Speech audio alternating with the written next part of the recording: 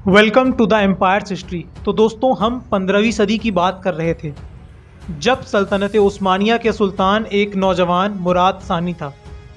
सुल्तान ने तख्त पर बैठते ही कुस्तुनतुनिया पर हमला बोल दिया और शहर को चारों तरफ से मुहासरे में ले लिया।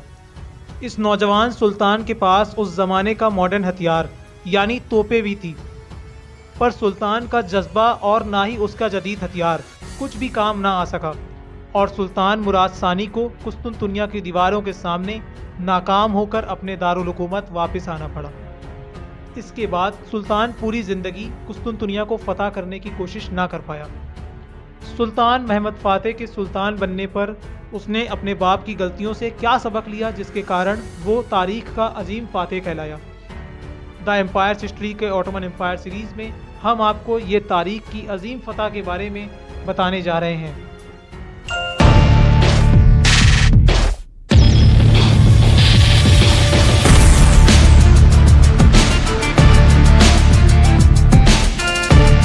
क्या आप जानते हैं कुस्तुनतुनिया शहर पर सबसे पहले तोपों से हमलावर होने वाला सुल्तान कौन था? ये सुल्तान मुराद सानी था, जो कि अपनी सल्तनत के तख्त पर बैठते ही 1422 में कुस्तुनतुनिया शहर का मुहासरा कर लिया और अपनी तोपों के दम पर बेतहाशा गोले बरसाए। लेकिन इसी दौरान सुल्तान मुराद के भाई मुस्तफ़ा ने बगावत कर दी। तभी सुल्तान मुराद को मुहासरा तर्क करके फौरन अपने भाई से जंग करना पड़ा। इस जंग के नतीजे में मुस्तफ़ा तो मारा गया, लेकिन फिर कभी सुल्तान मुराद कुस्तुनतुनिया की तरफ हमलावर ना हो सका। सुल्तान मुराद की नाकामी से सबक लेते हुए उसका बेटा ये गलतियां नहीं दोहराना चाहता था। वो बेटा कोई और नहीं बल्कि सुल्तान महमद सानी था, जिसे दुनिया सुल्तान महमद फातेह के नाम से जानती है। सुल्तान महमद फातेह ये जानते थे कि अगर कुस्तुनतुनिया फतह करना है तो अपनी रियासत में मुकम्मल अमन कायम करना होगा और साथ ही साथ तोपों की ताकत में भी खूब इजाफा करना होगा, जिसके सामने कुस्तुनतुनिया की अजीम दीवार भी गोलों की गरज के आगे कांप उठे। कुस्तुनतुनिया शहर में एक बहुत बड़ा चर्च था, जिसे हेगिया सोफिया कहते थे।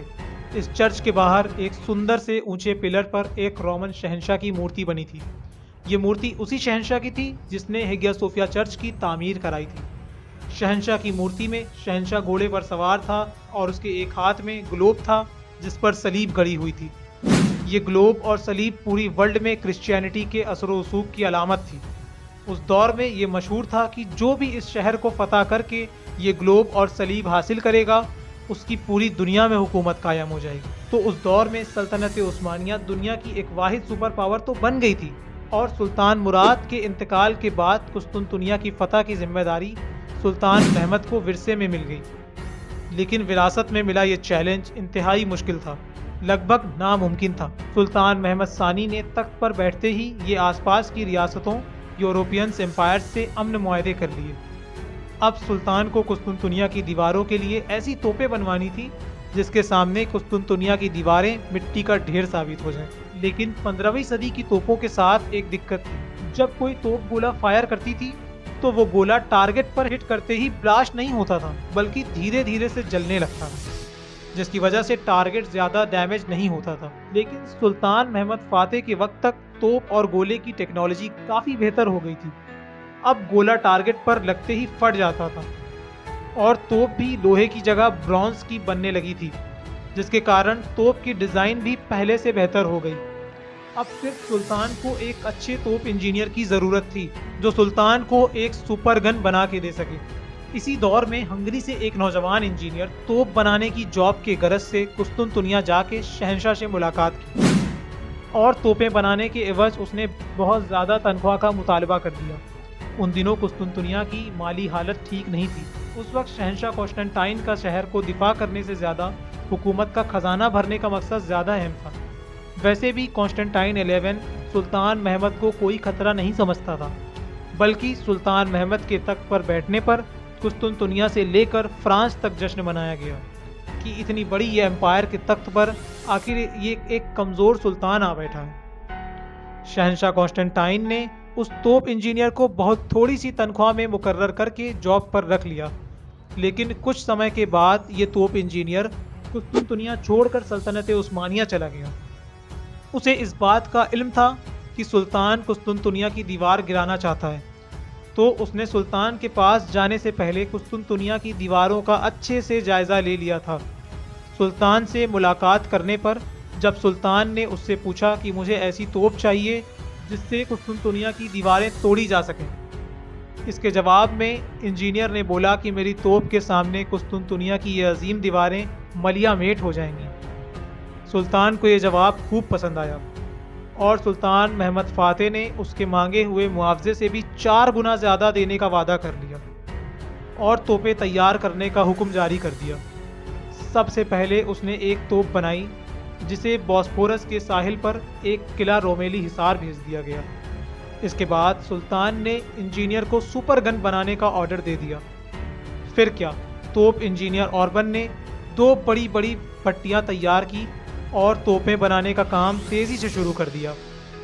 और जब काम ख़त्म होने लगा तो उन दिनों सल्तनत के वज़ीरों, उलमाओं और बुज़ुर्गों को बुलाया गया ताकि उनके रहने से बरकत रहे। ये लोग भट्टी से कुछ ही दूर बैठकर खुदा का जिक्र करते थे और इन लोगों ने भट्टी में सदक़े के तौर पर सोने और चांदी के सिक्के भी डाल दिए थे। फाइनली इससे एक बड़ी सुपर तोप तैयार हो गई जैसी सुल्तान चाहता था। फिर इस तोप को 1453 में टेस्ट फायर के लिए भेजा गया और शहर के लोगों को टेस्टिंग से पहले ही ये बता दिया गया कि कल एक ऐसा धमाका होगा जिसे सुनकर लगेगा कि बादल गरज रहे हैं। इससे खबरदार रहें और फिक्र ना करें और इस धमाके की आवाज़ से शहर की सभी हामिला औरतों को महफूज रखें। फिर इस तोप को टेस्ट करने के लिए शहर से बाहर लाया गया और फिर जैसे ही फायर किया गया तो एक ऐसा धमाका हुआ जिसकी आवाज़ से मीलों दूर तक लोग लरज़ गए। ये टेस्टिंग सफल होने के बाद सुल्तान ने इसकी खबर कुस्तुनतुनिया तक भी पहुंचा दी ताकि वहां के शहंशाह के अंदर खौफ बैठ जाए। इस तोप के बनने के बाद भी ऑर्बन ने लगभग 60 मजीद तोपें बनाई। अब सुल्तान की सभी जंगी तैयारी मुकम्मल हो चुकी थी। कुस्तुनतुनिया पर हमले का सही वक्त आ चुका था। अब सुल्तान ने सभी अमीरों को ये कासिद पहुंचा दिया कि अपने साथ ज़्यादा से ज़्यादा फौजें लेकर एड्रिन शहर पहुँचे। अब कुछ ही समय के अंदर अंदर 2 लाख की जर्रार फौज तैयार हो गई जिसमें एक बहुत बड़ी ताकतवर नेवी भी शामिल थी।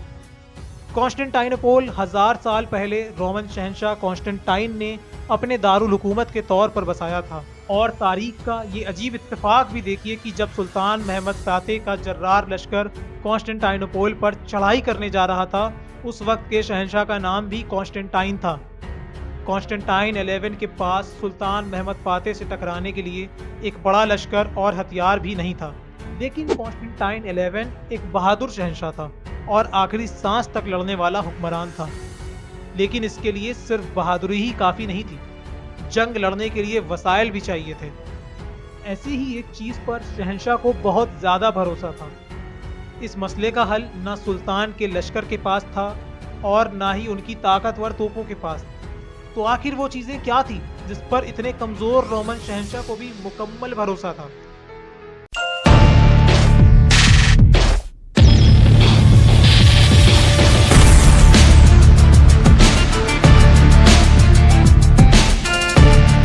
साल 1453 में ये अजीमुश्शान शहर जो कभी अजीम रोमन एम्पायर का मरकज़ था, जिसकी ताकतवर हुकूमत ईस्टर्न यूरोप, अनातोलिया, सीरिया, मिस्र तक फैली हुई थी। ऑर्थोडॉक्स क्रिश्चियन तो दुआ भी कॉन्स्टेंटाइनोपोल शहर की तरफ रुख करके मांगा करते थे। ये वो अजीम शहर था जहां 1000 साल पहले लगभग 8 लाख लोग रहा करते थे, जिस वक्त दुनिया की कुल आबादी ही 20 से 25 करोड़ थी। 1453 के वक्त इसी शहर में लगभग 60,000 लोग रहते थे और ये अजीमुश्शान शहर का अक्सर हिस्सा खंडर में तब्दील हो चुका था। कॉन्स्टेंटाइनोपोल की 1100 बरस की तारीख में इसके पहले शहंशाह कॉन्स्टेंटाइन और आखिरी शहंशाह कॉन्स्टेंटाइन 11 के दरमियान 90 शहंशाह रह चुके थे। इन 1100 बरस की तारीख में शहर का 23 बार मुहासरा हुआ, लेकिन सिवाय एक क्रूसेडर्स नाइट्स के लश्कर के सिवाय कोई भी इस शहर को फतह ना कर सका। लेकिन अब तारीख की वो जंग शुरू होने जा रही थी जिसका इंतज़ार पूरी दुनिया के मुसलमान 700 सालों से कर रहे थे।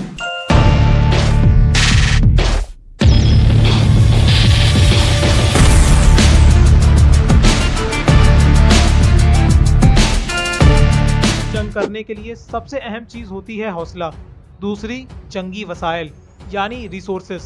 सुल्तान के पास इस शहर को फतह करने के लिए कई वजूहात थी, लेकिन 49 साला कॉन्स्टेंटाइन 11 के पास इस अजीम शहर का दिफा करने की सिर्फ एक वजह थी कि ये शहर होली रोमन एम्पायर की विरासत था, जो कि उसके आबा व अजदाद से होते हुए उस तक आ पहुंचा।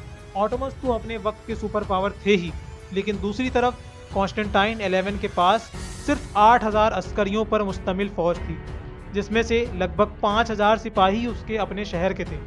बाकी तो बचे हुए फौजी यूरोप के दूर दराज इलाकों से आए हुए थे। आखिर इतनी खराब स्थिति में कॉन्स्टेंटाइन 11 किस बलबूते पर सुल्तान का मुकाबला करने जा रहा था? बज़ाहिर तो ऐसा लग रहा था कि जंग बिल्कुल एक तरफा होने जा रही है, पर हकीकत कुछ और ही थी।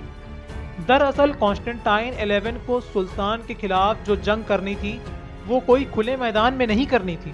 ये जंग कॉन्स्टेंटाइन 11 की फौज को शहर की महफूज दीवार के पीछे से लड़नी थी, लेकिन उस्मानी फौज तभी कुछ कर सकती थी जब वो इन तमाम मुश्किलों का सामना करते हुए दीवार पर चढ़ जाए, जो कि उस वक्त नामुमकिन था।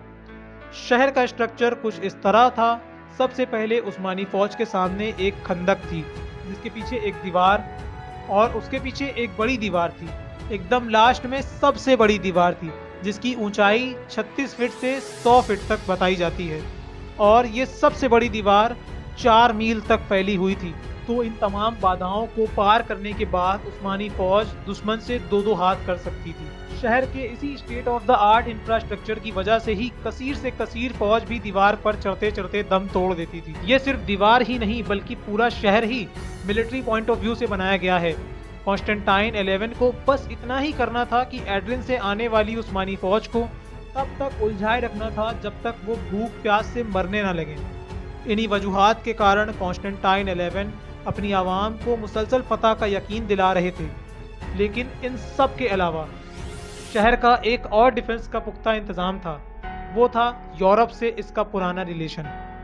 आपको कॉन्स्टेंटाइनोपोल नक्शे में देखकर तो उस्मानियों के दरमियान अकेला दिखता होगा, लेकिन ऑटोमन एम्पायर की सरहदों के बाहर ये पूरा यूरोप है, जो कि पोप निकोलस V के एक इशारे पर उस्मानियों पर टूट सकते हैं। लेकिन पोप ने कुस्तुनतुनिया की मदद करने के लिए एक शर्त रख दी कि कॉन्स्टेंटाइनोपोल ऑर्थोडॉक्स ग्रुप को कैथोलिक ग्रुप में मिक्स करके उसकी अलग आइडेंटिटी को खत्म कर दिया जाए।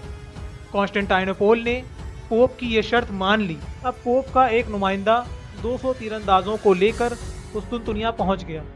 अब ऐसा लगता था कि यूरोप की फौज किसी भी वक्त कुस्तुनतुनिया आ सकती थी, लेकिन ऐसा नहीं हुआ। इसकी वजह यह थी कोई भी यूरोपियन ताकत उस्मानियों के खिलाफ लड़ने को तैयार नहीं हो रही थी, और वैसे भी उस वक्त की सुपर पावर सल्तनत उस्मानिया से किसी यूरोपियन एम्पायर का टकराना कोई आसान काम नहीं था। लेकिन 29 जनवरी 1453 को जिनेवा का एक मशहूर जंगजू गुस्टिनियानी अपने 700 सिपाहियों के साथ कुस्तुनतुनिया पहुंच गया। कॉन्स्टेंटाइन ने गुस्टिनियानी को अपनी फौज का सिपा सालार मुकर्रर कर दिया। अब कॉन्स्टेंटाइन की कुल फौज 9000 हो गई थी। आखिर इन सब से निपटने के लिए सुल्तान के पास क्या तैयारियां थीं? सुल्तान के पास दुश्मन से लगभग 20 गुना बड़ी फौज थी, और शहर की समुद्री हुदूद की नाकाबंदी करने के लिए 180 जहाज़ों का एक ताकतवर बेड़ा भी साथ था, और कुस्तुनतुनिया की नाकाबिले शिकस्त दीवारों के लिए स्पेशल तोपें जो कि कुस्तुनतुनिया की दीवारों के परखचे उड़ाने के लिए काफ़ी थी। बॉस्फोरस से कुस्तुनतुनिया जाने का रास्ता भी सुल्तान ने पूरी तरह ब्लॉक कर रखा था, और सी ऑफ मार्मरा में भी उस्मानी बहरी बेड़ा गश्त कर रहा था। तो क्या ये जंग फिर वन साइडेड होने जा रही थी? आपको हैरत होगी कि इसका जवाब भी है नहीं। सुल्तान के पास सब कुछ था सिवाय एक चीज़ के, जो कॉन्स्टेंटाइन 11 के पास था, जिसके बदौलत ये मुकम्मल एतमाद में था, और ये चीज़ थी वक्त। दरअसल कुस्तुनतुनिया पे हमले का मौजू वक्त मौसम बहार का वक्त यानी मार्च और अप्रैल का महीना होता था। कोई भी बड़ी से बड़ी फौज सिर्फ 1 महीना और रुक सकती थी। इसके बाद शिद्दत की गर्मी में लाखों की फौज का रुक के लड़ना तकरीबन नामुमकिन सा हो जाता था। वो भी एक ऐसी फौज जो डिफरेंट ट्राइब्स लीडर्स के अंडर काम कर रही हो। 23 मार्च 1453 जुमे का दिन था। सुल्तान महमद ने रवानगी के लिए खुसूसन जुमे का मुबारक दिन ही मुकर्रर किया। सुल्तान के हमरा दाएं और बाएं सैयदजादे चल रहे थे, और उनके साथ उलमा और बुजुर्गों की बड़ी तादाद थी जो बुलंद आवाज़ में दुआएं मांग रहे थे। और ये फ़ौज उस ज़माने की और फ़ौजों की तरह अपने रास्ते में आने वाले छोटे शहरों और देहातों को कोई नुकसान नहीं पहुंचा रही थी। इस लश्कर में इंजीनियर्स, डॉक्टर्स और हर तरह के काम करने वालों की टीमें भी साथ थी। उधर कुस्तुनतुनिया में भी सभी ईसाई चर्चों में खचाखच लोग भरे हुए थे और उस्मानी फ़ौज के पसपा हो जाने की दुआएं मांग रहे थे। सुल्तान 23 मार्च को जुमे के दिन चला था और 6 अप्रैल को जुमे के ही दिन शाम को शहर के सामने पहुंच गया। सुल्तान ने शहर के वेस्टर्न गेट के सामने अपना खैमा नस्ब कर लिया और वहां से शहर के हिफाजती इंतजामात का बागौर जायजा लिया। दशकों पहले रोमनोस गेट के पास वो दीवार थी, मुराद सेकंड के गोले बरसाने पर दीवार कुछ हद तक डैमेज भी हो गई थी, जबकि ये सिर्फ एक दीवार थी। इसके आगे की दीवार अभी सलामत थी। सुल्तान महमद अपनी फौज, यूरोपियंस अलाइज, जेनेसरीज के साथ इस पहाड़ी पर पोजीशन ले चुका था। अब तारीख का ये अजीम शहर सुल्तान के सामने था और इस शहर को फतह करने के लिए सुल्तान भी तैयार था और उसकी फौज भी। आखिर सिकंदर आजम को अपना आइडियल मानने वाले सुल्तान महमद फातेह ने कुस्तुनतुनिया को कैसे फतह किया? कुस्तुनतुनिया की नाकाबिले तस्खीर दीवार के सामने जब सुपर गन भी फेल हो गई तो फिर क्या हुआ? दुश्मनों से उस्मानियों को ऐसी क्या इन्फॉर्मेशन मिल गई जिसकी वजह से कुस्तुनतुनिया फतह हो पाया? ये सब आप जानेंगे सल्तनत उस्मानिया की अगले एपिसोड में।